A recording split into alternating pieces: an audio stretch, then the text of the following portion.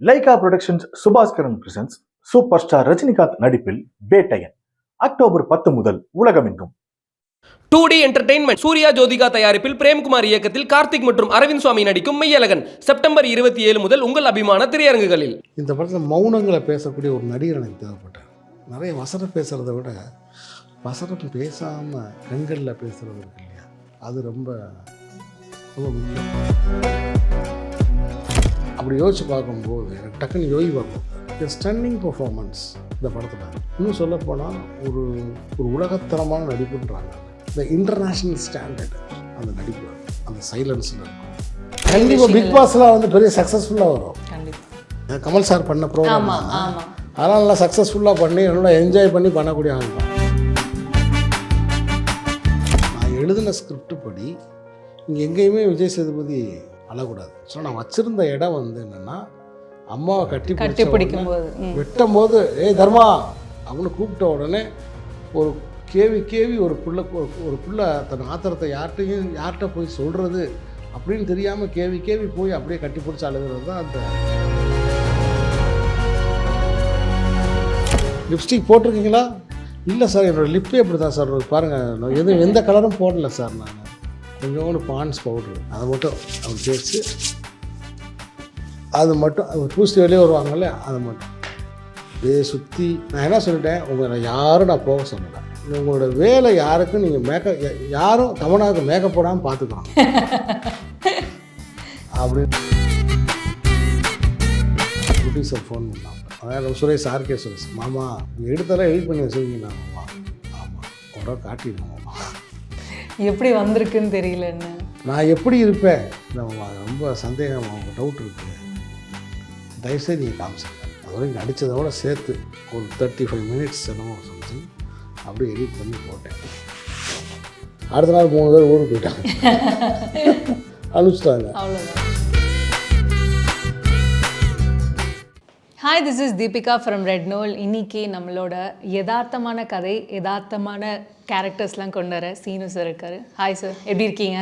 வணக்கம்மா, நல்லா இருக்கேன். தேங்க்யூ ஃபார் நிறைய நல்ல படங்கள், நல்ல கேரக்டர்ஸ் கொடுத்துருக்கீங்க. ஃபார் எனக்கு பர்சனல் ஃபேவரட் வந்து தர்மதுரை சார். எப்போவுமே அந்த ஃப்ரெண்ட்ஷிப், அந்த லவ்லாம் பார்க்கும்போது எப்போ டெலிவிஷனில் போட்டாலும் உட்காந்துருவேன், நான் அப்படியே உட்காந்துருவேன். So thank you for that. And இந்த படத்தை பற்றி சேதுபதி அவர்களோட இனிஷியல் ஸ்டேஜஸ் ஆஃப் த கெரியர்லேருந்து இப்போ க்ரோத்துன்ட்டு பார்த்துருக்கீங்க. அவரோட நிறைய அவதாரங்கள் அப்படின்ட்டு நீங்கள் வந்து கண்கூடாக பார்த்துட்ருக்கீங்க, லைக் பிஹைண்ட் த ஸ்க்ரீன்லேருந்து பார்த்துட்ருக்கீங்க. அவரோட இந்த க்ரோத் நீங்கள் எப்படி பார்க்குறீங்க? அது இந்த க்ரோத்து, இந்த வளர்ச்சிங்கிறது வந்து ஒரு விஷயத்தை என்னால் அண்டர்ஸ்டாண்ட் பண்ணிக்க முடியுது. ஒரு துறைக்குள்ளே நம்ம காலடி எடுத்து வச்ச உடனே அந்த துறை சார்ந்த சிந்தனைகளை நான் வளர்த்துக்கிறணும். நான் சொல்கிறது, இப்போ நான் எனக்கு ஒருத்தர் செஸ் விளையாடுறோன்னு வைங்க, செஸ்ஸை வந்து ஒருத்தர் கற்றுக்கிட்டு ஒருத்தர் விளையாட ஆரம்பிக்கிறாரு, அல்ல ஒரு செஸ் விளையாட அவருக்கு வருது. அதில் அவர் கலந்துக்கிட்டு விளையாண்டுக்கிட்டே அப்படி இருக்கும்போது வாழ்க்கையில் எங்கேயோ நடந்த ஒரு இன்சிடெண்ட்டோட இந்த செஸ் விளையாட்டை கம்பேர் பண்ணி ஒரு காயின் எடுத்து ஒருத்தர் நகர்த்தி வச்சாருன்னு வச்சுருங்களேன், அப்படி ஒரு நாள் தான் விஜய் சேதுபதி. என்றைக்கோ வாழ்க்கையில் நடந்த ஒரு சின்ன சம்பவத்தை எடுத்து இன்றைக்கி ஒரு பிரச்சனைக்கு ஒரு சொல்யூஷனாக வந்து அதை பயன்படுத்தி அந்த பிரச்சனையை தீர்க்கக்கூடிய ஒரு ஆள். சார் இப்படி தான் சார், இப்படி ஒரு விஷயம் சார் அப்படி ஒரு விஷயம் சார். இது இது இது வந்து அனுபவங்களை மறக்காமல், அனுபவங்களை சேகரித்து வச்சு, அனுபவங்களின் அறிவை உள்ளுக்குள்ளே வச்சு, அதை இன்றைக்கி இருக்கிற ஒரு மாடர்ன் ப்ராப்ளத்துக்கு அதை சொல்யூஷனாக சொல்கிறதுன்னு ஒன்று இருக்குல்ல. இது ஒரு சிந்திக்க தெரிந்த ஒரு நடிகர். தன்னோட கேரக்டரை இவர் எப்படி கேட்பார், அதுக்கு தக்கன வடிவமைச்சு நமக்கு முன்னாடி தர்றது இல்லை. அதான் சரி, என்கிட்ட அதான் கேட்பாங்க, ஏன் உங்கள் படத்தில் மட்டும் இப்படி நடிக்கிறாரு, மற்ற படத்தில் இப்படி நடிக்கிறாரு, உங்கள் படத்தில் இப்படி எனக்கு என்ன தரணுன்றது விஜய் சேதுபதிக்கு தெரியும். இவர் என்ன கொடுத்தாலும் பேசாமல் போவார், அவ்வளோ விஜய் சேதுபதி தெரியும். நான் வச்சுக்கோங்க, போதுமா, திருப்தியாக. அதை நான் எப்போ நான் வந்து கண்டுபிடிச்சேன் தெரியுமா? அந்த மாமனிதன் படம் இருக்குல்ல, மாமனிதன் படத்தில் வந்து அப்படி விபூதியை பூசிட்டு கண்ணாடியில் வந்து ஓகேவா அவனு கேட்பாப்புல, அந்த பொண்ணுட்டா விபூதி கரெக்டாக இருக்கா அவன் கேட்பாப்புல. அந்த சீன் அப்போ காயத்ரிக்கு இந்த பக்கம் நான் நின்றுட்டு இருந்தேன். அப்படி கேட்டுட்டு உங்களுக்கு ஓகே சார். ஸோ அந்த நீட்ஸ் வந்து பூர்த்தி பண்ணுவார் ஆக்சுவலி. ரொம்ப சிம்பிள், சொல்லி புரியும் சொல்லாமலும் புரியும். ஆஹா, ரொம்பவே உண்மையாக சொன்னீங்க. நீங்கள் தான் சார் இன்னொரு பெட்டர் பர்சன். ஏன்னா இப்போ வந்து இன்னொரு அவதாரமாக வந்து ரியாலிட்டி ஷோக்கு வராரு அப்படின்னும் போது நிறைய மிக்சட் காமெண்ட்ஸாக வந்துட்டு இருக்கு. ஐயோ வேண்டாம் விஜய் சேதுபதி சார் கெரியர்ல எதுக்கு இது அப்படின்ற மாதிரி சொல்லிட்டு இருக்காங்க. பட் ஆனால் நீங்கள் இப்போ சொல்லும்போது அவரோட அனுபவத்தை வந்து லைஃப்பில் வந்து நிறைய கண்டிப்பாக பிக் பாஸ்லாம் வந்து பெரிய சக்ஸஸ்ஃபுல்லாக வரும். கண்டிப்பாக பிக் பாஸ்லாம் பேசுகிறாங்க இல்லையா, கமல் சார் பண்ண ப்ரோக்ராம். ஆமாம். அதெல்லாம் நல்லா சக்ஸஸ்ஃபுல்லாக பண்ணி நல்லா என்ஜாய் பண்ணி பண்ணக்கூடிய ஆள் தான். ஸோ அதெல்லாம் நல்லா வரும். அது ஒரு கொஞ்ச நாளைக்கு அது ஒரு ட்ரெண்டாக இருக்கும். நிறைய யதார்த்தமான விஷயங்கள் பார்க்க முடியுது. ஏகன் அவர்களோட காதல் ஒரு பக்கம் இருந்தாலுமே இன்னொரு பக்கம் வந்து அந்த பியூட்டிஃபுல்லான அந்த sister and brother bond. So கண்டிப்பாக அந்த பாண்டை பற்றி பேசியே ஆகணும் சார். எனக்கு ரொம்ப சந்தோஷமாக இருக்குது. ஏன்னா இந்த நம்ம தமிழ்நாட்டில் தான் வந்து இந்த உறவுகளுக்கு கொடுக்குற முக்கியத்துவம் ரொம்ப அதிகமாக இருக்குது. இப்போ நீங்கள் வந்து ஒரு மேற்கத்திய நாடுகள் இருக்குது, உதாரணத்துக்கு இங்கிலீஷ் பேசக்கூடிய கண்ட்ரிஸ் இருக்குது. அங்கெல்லாம் நீங்கள் பார்த்தீங்கன்னா வந்து அங்கே வந்து ஒரு டாட்டர் அண்டு ஃபாதர் அந்த பாண்ட் ரொம்ப ஸ்ட்ராங்காக இருக்கும். சிஸ்டர்ஸ் அண்ட் பிரதர்ஸ் இந்த இது வந்து பார்த்திங்கன்னா வந்து பெருசாக இருக்காது. பட் இங்கே அப்படி கிடையாது. எல்லா உறவுகளுமே ரொம்ப ஸ்ட்ராங்காக இருக்குது. இன்னும் சொல்லப்போனால் அந்த அந்த நிலப்பிரபுத்துவம்னு சொல்லுவாங்க இல்லையா, அந்த நிலப்பிரபுத்துவ அந்த கல்ச்சர் அதோட வேல்யூஸ், அதோட ஓல்டு வேல்யூஸ் அது இன்னும் ஸ்ட்ராங்காக இருக்குது. என்னதான் படித்து கிடிச்சு நிறைய சேஞ்சஸ் இங்கே நாட்டில் வந்தாலும் அந்த ஃபீலிங்ஸ், அந்த எமோஷன்ஸ் வந்து ரொம்ப ஸ்ட்ராங்காக இங்கே இருக்குது. ஸோ நீங்கள் ஆரம்பிக்கும் போதே நீங்கள் வந்து ஒரு 2K கேட்டுறீங்க. நீங்கள் ஆரம்பிக்கும் போதே அந்த ஒரு கேள்வியிலேருந்து ஆரம்பிக்கிறது எனக்கு ரொம்ப சந்தோஷமாக இருக்குது. ஸோ அப்படி தான் இந்த செல்லத்துறையில் வந்து ஒரு தேனி மாதிரி ஒரு ரிமோட் வில்லேஜில், தேனி பக்கத்தில் இருக்க ஒரு ரிமோட் வில்லேஜில் ஒரு சின்ன வீட்டில் ஒரு தங்கச்சியோடு இருக்கிற ஒரு அண்ணன், அவனுடைய கனவுகள், அவன் வந்து இந்த தங்கச்சியை எவ்வளோ உயரத்துக்கு கொண்டு வர்றது, எப்படி கொண்டு வர்றது அப்படிங்கிற அவனோட சின்ன கனவுகள், அந்த தங்கச்சிக்கு அந்த அண்ணனுக்குமான அந்த புரிதல், இது இந்த படத்தில் வந்து ஒரு அடிநாதமாக இந்த படத்தில் ஒலிக்குது. ஸோ இது ரொம்ப ஸ்ட்ராங்காகவே இது வந்திருக்கு.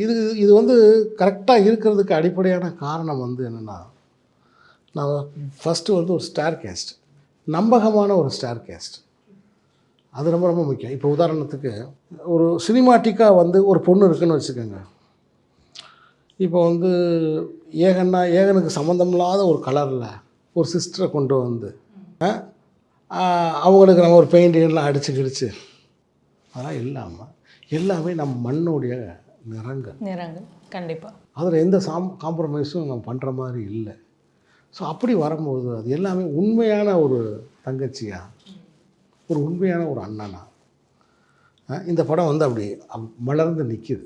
ஆக்சுவலி அந்த கேரக்டரைசேஷன் பார்க்கும்போது நிறைய பேர் வந்து திருப்பாச்சியில் இருக்கிற அந்த காம்போ மாதிரியே இருக்குது. அந்த பிரதர் சிஸ்டர் காம்போ எவ்வளோ தூரம் வந்து வரவேற்கப்பட்டுச்சோ அதே மாதிரி வந்து நிறைய பேர் சொல்லிட்டு இருக்காங்க. ஒரு சில காமெண்ட்ஸ்லாம் அதை கட் பண்ணி வேறு நிறைய பேர் ஷேர் பண்ணிகிட்ருக்காங்க. அதை பற்றி என்ன சார் நினைக்கிறீங்க? சில மாஸ் படங்கள், பாப்புலர் படங்கள், ரொம்ப பாப்புலரான படங்கள், பெரிய ஹீரோக்கள் நடித்த படங்கள், அந்த படத்துடைய பிக்சரைசேஷன், அதில் வர்ற அவங்களுடைய விஷயங்களே வேறு. இது சாமானிய மக்களோட வாழ்க்கையில் இருக்கக்கூடிய, அன்றாடம் ஒரு வேலை செஞ்சு சாப்பிட்டுக்கிட்டு இருக்கக்கூடிய, ஒரு லைஃப்பில் இருக்கக்கூடியவங்கள்ட்ட உருவாகக்கூடிய ஒரு அன்பு, ஒரு நம்பிக்கை, ஒரு ட்ரஸ்ட்டு, அதில் ஒரு சின்ன தியாகம். அது வந்து ஒரு முழுக்க ஹீரோ, ஒரு பெரிய ஹீரோ, ஒரு பெரிய பலசாலியாக இருப்பார், அந்த சமாச்சாரமே வேறு. இது வந்து ஒரு இயல்பான வாழ்க்கையில் இருக்கக்கூடிய ஒரு பையன், ஒரு 23, 24 வயசு மதிக்கத்தக்க ஒரு பையனுக்கு ஒரு 20 வயசில் ஒரு தங்கச்சி இருக்கணும் இல்லையா, அது பற்றிய ஒரு படம். ஆக்சுவலி இப்போ இவங்களோட கேரக்டர்ஸ் பற்றி பேசும்போது யோகி பாபா அவர்களோட கேரக்டரும் பேசணும். இந்த மாதிரி ஒரு நேட்டிவ் சப்ஜெக்ட் வந்து நிறைய பண்ணியிருந்தாலுமே வந்து ஒரு யதார்த்தமான ஒரு முகம், நம்ம நேட்டிவ்கான ஒரு முகம் அப்படின்னு இருக்கும்போது ஸோ கண்டிப்பாக அவர் எப்படி சூஸ் பண்ணீங்க? ஆக்சுவலாக வந்து உண்மையை சொல்லணும்னா இந்த படத்தில் மௌனங்களை பேசக்கூடிய ஒரு நடிகர் எனக்கு தேவைப்பட்டார். மௌனங்கள் வா ஓகே. நிறைய வசனம் பேசுகிறத விட வசனம் பேசாமல் கண்களில் பேசுகிறது இருக்கு இல்லையா, அது ரொம்ப ரொம்ப முக்கியம். ஒருத்தர் சைலண்ட்டாக இருக்கும்போது 1000 அர்த்தங்கள் இருக்கு இல்லையா. மௌனத்துக்கு அர்த்தங்கள் ஜாஸ்தி, அடர்த்தியும் ஜாஸ்தி. அப்படி நான் ஆர்டிஸ்ட்டை தேடும்போது சிலர் நிறைய அப்படி நடிக்கக்கூடியவங்க நிறைய இருக்காங்க. பட் இந்த ஏஜ் டிஃப்ரென்ஸு, நான் இந்த கெட்டப்லாம் போடுறதுல எனக்கு விருப்பம் கிடையாது, விக்கு வைக்கிறது எனக்கு விருப்பம் கிடையாது. எல்லாமே நேச்சுரலாக இருக்கணும். அப்புறம் இந்த ஷூட்டிங் நடக்கிற இடமும் நேச்சுரலான இடங்கள். ஏதாவது 1-2 கிடைக்கலன்னா அது மாதிரி ஒன்று உருவாக்கிக்கிறோமே ஒழிய அது முழுமையான செட்டாகவும் இருக்காது. ஓகே. இப்போ கோழிப்பண்ணை அப்படின்னா அந்த கோழிப்பண்ணை மட்டும் தான் அதில் உருவாக்கப்பட்டது. அதில் பாதி அதில் இடிஞ்ச ஒரு பில்டிங்லாம் இருந்துச்சு. நான் எங்களுக்காக சரி ஓகே அதை ரெடி பண்ணிக்கிட்டு அந்த கடையை ஆரம்பிச்சிட்டோம். ஸோ அது மாதிரி ஒரு நேச்சுரலாக நமக்கு அப்படி யோசித்து பார்க்கும்போது எனக்கு டக்குன்னு யோகி பாபா வந்தார். ஸ்டன்னிங் பர்ஃபார்மன்ஸ் இந்த படத்தில். இன்னும் சொல்லப்போனால் ஒரு உலகத்தரமான நடிப்புன்றாங்கல்ல, இந்த இன்டர்நேஷ்னல் ஸ்டாண்டர்டு அந்த நடிப்பில் இருக்கும், அந்த சைலன்ஸில் இருக்கும். ஸோ அப்படி எல்லாருமே ஸ்பெசிஃபிக்காக அவங்கெல்லாம் வேறு இப்போ உதாரணத்துக்கு ஏகன் வந்து ஒரு டிவி சீரியலில் அங்கே நடிச்சிட்டு இருந்தார் ஒரு யங்ஸ்டரு. அதே மாதிரி எல்லாமே இன்ஸ்டாகிராம்ஸ், பிரிகிடா சத்யா எல்லாமே இன்ஸ்டாகிராம் பீப்புள். ஸோ இவங்க எல்லாத்துக்கும் ஒரு பெர்ஃபார்மன்ஸ்னு ஒன்று மைண்டில் இருக்குது. பட் செல்லதுரைக்கு படத்துக்கு தேவைப்படுற பெர்ஃபார்மன்ஸ் வேறு. நான் செஞ்சது ஒன்றே ஒன்று தான், அதை கன்வெர்ட் பண்ணது. கண்டிப்பாக சார். ஏன்னா அது வந்து அழகாக தெரியுது வந்து பார்க்கும்போது. நம்ம இன்னும் நிறைய பேசலாம் இந்த படத்தை பற்றி. பட் ஆனால் சீனு ராமசாமி அவர்கள் அண்ட் அவரோட நடிகர்கள் அப்படின்ட்டு ஒரு பட்டியல் நான் எடுத்து வச்சுருக்கேன். சூப்பர். ஸோ கண்டிப்பாக அவங்கள பற்றி உங்களுக்கு ஃபஸ்ட்டு அவங்க பேரை கேட்ட உடனே என்ன உங்களுக்கு மைண்டில் வருதோ கண்டிப்பாக அவங்கள பற்றி ஷேர் பண்ணலாம் அப்படின்ட்டு. ஸோ தமன்னா உங்களுக்கு மைண்டில் ஃபஸ்ட்டு வந்தோடனே என்ன தோணுது? தமன்னா நான் ஃபஸ்ட்டு கதை சொல்கிறதுக்கு போகும்போது லீவ் மீ அலோன்னு ஒரு பனியன் போட்டு உட்காந்துருக்காங்க. அப்போ வந்து சென்னையில் வெள்ளம். அவரோட ப்ரொடியூசர் வந்து எனக்கு வந்து நான் வந்து என்னை வந்து இங்கேருந்து அதாவது எப்படி நான் போனேன்னா இங்கேருந்து பெங்களூர் போய் பெங்களூர்லேருந்து ஒரு ஃப்ளைட்டு பிடிச்சி ஹைதராபாத்து போய் அது மாதிரி ஒரு ட்ராவல் நடந்துச்சு. அப்படி ஒரு ட்ராவல் ஒன்று நடந்துச்சு. ஸோ இப்போது ஃபஸ்ட்டு பார்க்கும்போது ஒரு ஒல்லியாக ஒரு பொண்ணு உட்காந்துருந்துச்சு. Tamil hello sir how you, அந்த ஃபோட்டோ கூட நான் வந்து ட்விட்டரில் போட்டிருந்தேன். ஓகே சார் ஸ்டோரி சொல்லுங்கள் அப்படின்னுச்சு. அவர் சுற்றி பார்த்தேன். இங்கே 2 பேர் உட்காந்துருந்தாங்க, அங்கே 2 பேர் உட்காந்துருந்தாங்க, பின்னாடி 2 பேர் உட்காந்துருந்தாங்க. சரின்ட்டு கதை சொன்னேன். கதை சொல்லி முடித்த உடனே வந்துட்டேன். வந்தோடனே இப்போ நம்ம ஷூட்டிங்க்கு வர்றாங்க. வந்தால் ஃபஸ்ட்டு நான் என்ன பண்ணுறேன், மேக்கப் இல்லைன்றேன். இப்போ அவங்க கூட ஒரு 7 ஆர்டிஸ்ட் இருக்காங்க, மேக்கப் ஆர்டிஸ்ட், அசிஸ்டன்ட்ஸு. அவங்க எல்லாம் ஒன்றும் புரியலை, என்னடா அது மேக்கப் இல்லைன்றாங்களே. இந்த கன்ஃபியூஷன் வேறு அவங்களுக்கு இருக்குது. லிப்ஸ்டிக் போட்டிருக்கீங்களா? அதையும் எடுத்துருங்க. லிப்ஸ்டிக் போட்டிருக்கீங்களா? இல்லை சார் என்னோடய லிப்பே அப்படி தான் சார் பாருங்கள், நான் எந்த கலரும் போடலை சார் நான். ஓகே, கொஞ்சோண்டு பான்ஸ் பவுட்ரு அதை மட்டும் அவங்க தேய்ச்சி நம்ம ஊரில் என்ன செய்வாங்க புரியுது, ரெடி ஆனும்போது அது மட்டும் பூசிட்டு வெளியே வருவாங்கல்ல, அதை மட்டும் அப்படியே சுற்றி. நான் என்ன சொல்லிட்டேன், உங்களை யாரும் நான் போக சொல்லலை. உங்களோட வேலை யாருக்கும் நீங்கள் யாரும் தமன்னாவுக்கு மேக்கப் போடாமல் பார்த்துக்குறோம் அப்படின்னு சொல்லிட்டேன். ஒரு 7 days போயிடுச்சு, 6 days போயிடுச்சு. போனோடனே ப்ரொடியூசர் ஃபோன் பண்ணாப்புல, அதான் சுரேஷ், ஆர்கே சுரேஷ். மாமா என்ன மாமா, அம்மா தமன்னாவுக்கு இப்போ எடுத்தாலும் எடிட் பண்ணி வச்சுருக்கீங்களா மாமா? ஆமாம், உடனே காட்டிடுங்க மாமா. எப்படி வந்திருக்குன்னு தெரியலன்னு. நான் எப்படி இருப்பேன்? அப்போ நான் சொன்னேன், ஏன் என்ன? இல்லை மாமா, அது ரொம்ப சந்தேகம், அவங்க டவுட் இருக்குது, தயவுசெய்து நீங்கள் காமிச்சிருங்க. Okay, done. அன்றைக்கி ஈவினிங் வந்தாங்க, அங்கே ஸ்பாட் எடிட்டிங் பண்ணுவோம் இல்லையா, உட்கார வச்சு அது வரைக்கும் நடித்ததோட சேர்த்து ஒரு 35 மினிட்ஸ் என்னமோ சம்திங் அப்படியே எடிட் பண்ணி போட்டேன். இப்படியே பார்த்தாங்க, அவங்கெல்லாம் பார்த்தாங்க, இது ரொம்ப நல்லா இருக்கே, அதை விட மேக்கப் போட்டதை விட நல்லா இருக்கே, நல்லா இருக்கே பேசுனாங்க. அடுத்த நாள் 3 பேர் ஊருக்கு போயிட்டாங்க, அனுப்பிச்சிட்டாங்க. அவ்வளோதான். அதுக்கப்புறம் அண்டர்ஸ்டாண்ட் பண்ணிட்டாங்க. ஸோ அது சொன்னாங்க, வாங்க நீங்கள் மேக்கப் எவ்வளோக்கு எவ்வளோ லெஸ்ஸாக நீங்கள் யூஸ் பண்ணுறீங்களோ அவ்வளோக்களோ உங்களோட நேச்சுரல் பியூட்டி வரும். இப்போ வந்து நம்ம ஊர் வேறு, லண்டன் மாதிரி நகரங்கள் வேறு, பனி நகரங்கள் வேறு. நம்ம ஊரில் வந்து என்னென்னா உங்களுக்கு ஸ்கின் ரஸ்ட் ஆகிடும். வெயில் அடிக்குது இல்லை, வெயில் அடிக்கும்போது அந்த மேக்கப் கிட்ஸு உருகும் இல்லையா, புரியுது, அது இந்த ஸ்கின்னோட போய் மெர்ஜ் ஆகிடும். அட்லீஸ்ட் குறைஞ்சபட்சம் ஒரு 20 நிமிஷத்துக்கு ஒரு யார் நீங்கள் டச் பண்ணிக்கிட்டே இருக்கணும். அப்படின்னா தான் நம்ம ஊரில் வந்து நீங்கள் மேக்கப் போடுறது. அவ்வளோ வெயில் அடிக்கிற ஒரு ஊர். இப்போ நீங்கள் அங்கேனா பிரச்சனை இல்லை, அந்த ஸ்கின்னை ப்ராடக்ட் பண்ணுறதுக்கு தான் அவங்க மேக்கப்பே போடுறாங்க.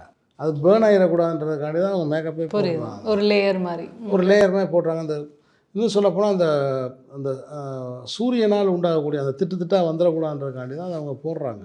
பட் இங்கே அது தேவையில்லை. இங்கே என்ன பண்ணியிருக்காங்கன்னா, இது ஒரு பழமையான மெத்தடாக இருந்தால் கூட மஞ்சள் பூசியிருக்காங்க, கிருமி நாசினி மஞ்சளை பூசியிருக்காங்க மூஞ்சி ஃபுல்லாக. ஆனால் பட் இன்றைக்கி அதை யாரும் செய்ய முடியாது, செய்ய மாட்டேன்றாங்க, வழக்கத்தில் இல்லை. பட் நம்மளுடைய படத்தில் நம்ம வாழ்க்கையில் ஃபுல் மேக்கப்போடு யாரும் இங்கே இல்லை. அது குறிப்பாக கிராமப்புற பகுதிகளில் இல்லை. எங்கேயாவது ஒரு இதுனால் அந்த பான்ஸ் பவுடரை கொட்டி, குட்டி குரா பவுடரை கொட்டி நல்லா அப்படி தேய்ச்சி மூஞ்சி ஃபுல்லாக தேய்ச்சிட்டு அதையும் ஒரு சின்ன துணியை வச்சு கழிச்சு தொடச்சிட்டு, ஏன்னா முந்தி குங்குமம் போட்டு வைப்பாங்க, இப்போ வந்து சின்ன ஸ்டிக்கர் போட்டு எடுத்து இப்படி வச்சுட்டு அப்படி அப்படி பார்த்துட்டு அப்படி டக்குன்னு போயிடுது. ஸோ இதுதான் பாயிண்ட்டு. ஸோ அப்போ இதுதான் இதில் இருந்த விஷயமா இருந்துச்சு. கண்டிப்பாக இந்த படத்துலேயே இன்னொரு முக்கியமான கேரக்டராக இருந்த ஐஸ்வர்யா ராஜேஷ் பற்றியும் பேசி ஆகணும். Dharmadurai is fantastic. அந்த அன்பு செல்வி தமிழ்நாட்டில் இருக்கக்கூடிய எல்லாரோட இதயத்துலேயும் அந்த கதாபாத்திரம் இருக்குது. ஸோ இன்னொரு ப்ராஜெக்ட் கூட நான் பேசிக்கிட்டு இருக்கேன், ஐஷூட பேசிக்கிட்டு இருக்கேன். அது எப்படின்னு பார்ப்போம். பட் என் மேலே ரொம்ப அன்பு, என் மேலே பெரிய மரியாதை. நான் எப்போ கூப்பிட்டாலும் ஃபோன் எடுத்து, சார் சொல்லுங்கள் சார் ஒரு சின்ன மீட்டிங்கில் இருக்கேன் சார், 2 நிமிஷத்தில் கூப்பிட்றேன் சார், அப்படி என் மேலே என்னன்றல ஒரு பெரிய அன்பு. கண்டிப்பாக. அவங்கள பற்றி பேசும்போது எனக்கு ரொம்ப ஒரு ஃபேவரட்டான விஷயம் சார், இதை நான் கேட்டே ஆகணும் அப்படின்னு இருந்தேன். அவங்க இறந்து போகிற அந்த சீன் வந்து எல்லாருமே உலுக்கி எடுத்துடுச்சு ஆக்சுவலி சொல்லப்போனால். அண்டு விஜய் சேதுபதி அவர்கள் எப்போ அவங்க அம்மாவை கட்டிப்பிடிச்சு அழுகிறாங்களோ அப்போ தான் ஆடியன்ஸுமே ஆக்சுவலி அழுகிறாங்க. அந்த கனெக்ட் நீங்கள் எப்படி சார் கொண்டு வந்தீங்க ஆக்சுவலி? இல்லை, ஆக்சுவலாக வந்து என்னென்னா, ஸ்கிரிப்ட் படி நான் எழுதின ஸ்கிரிப்ட் படி இங்கே எங்கேயுமே விஜய் சேதுபதி அழக்கூடாது. ஆக்சுவலாக நான் வச்சுருந்த இடம் வந்து என்னென்னா, அம்மாவை கட்டி பிடிச்ச உடனே வெட்டும் போது ஏய் தர்மா அப்படின்னு கூப்பிட்ட உடனே ஒரு கேவி ஒரு பிள்ளை தன் ஆத்திரத்தை யார்கிட்ட போய் சொல்கிறது அப்படின்னு தெரியாமல் கேவி போய் அப்படியே கட்டி பிடிச்சி அழுகிறது தான் அந்த சீனு. அப்படி தான் நான் எழுதி வச்சுருந்தேன்.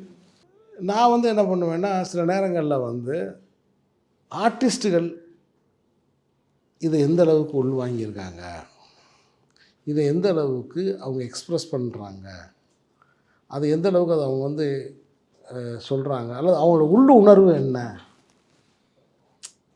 அது ஒரு மூளையில் ஒரு அறிவு வேலை செய்யுதில்ல, ஒரு உணர்ச்சிகள் வேலை செய்யுது இல்லையா. அதனால் நான் சில நேரம் கேட்பேன்.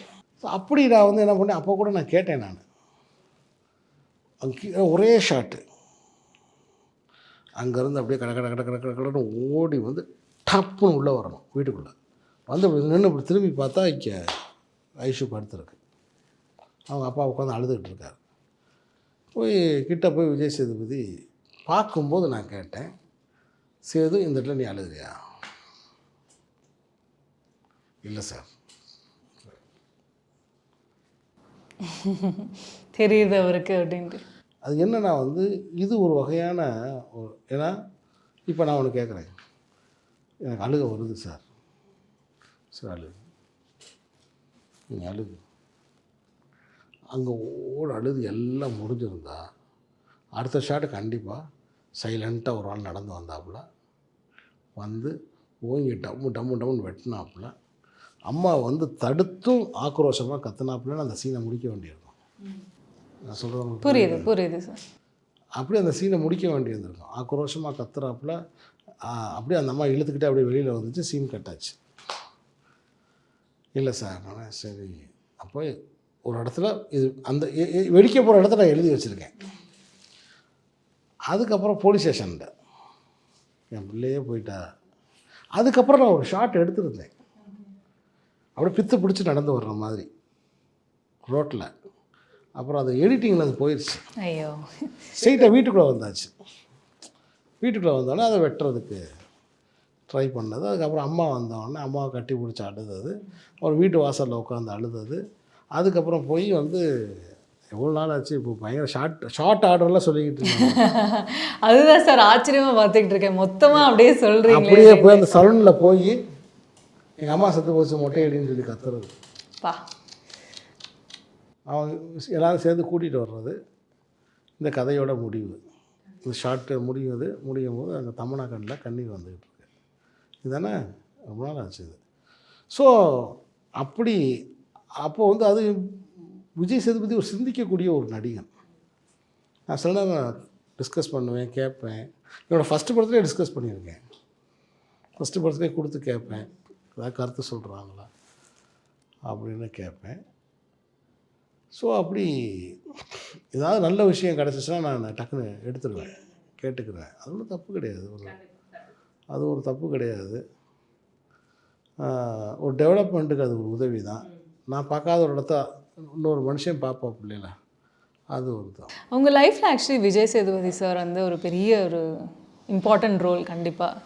ஸோ அவரை பற்றி விஜய் சேதுபதி வந்து